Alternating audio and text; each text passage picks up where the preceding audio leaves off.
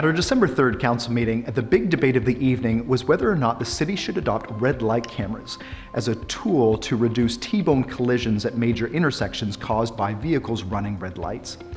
Now, council heard both from city staff and police who talked about the effectiveness of red light cameras in other communities, but there were also many questions and concerns raised around the council table about other road safety measures that could be prioritized instead.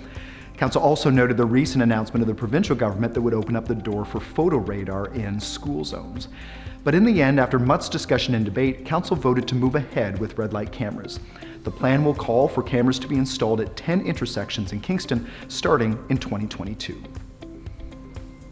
Last night, council also voted to defer a staff recommendation that would impose a new licensing system on short-term rental accommodation like Airbnb in the city. Now, the proposal from staff was similar to a program that has been recently adopted by the City of Toronto.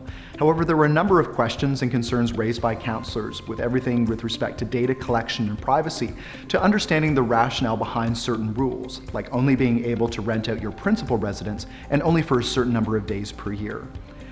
The recommendation will now come back to a subcommittee of council with more information that will allow for further discussion, debate, and input from the public. Finally, last night, council approved funding that will facilitate a study of the family physician shortage in the city of Kingston. The study will look to gather data from both doctors and patient loads in order to get an estimate of the number of Kingstonians that are currently without a family doctor and how that number may change over the next few years, particularly as some family doctors may choose to retire. Council heard about how this data can then be used as a first step to exploring incentives or strategies to help attract further family physicians to the city in the future.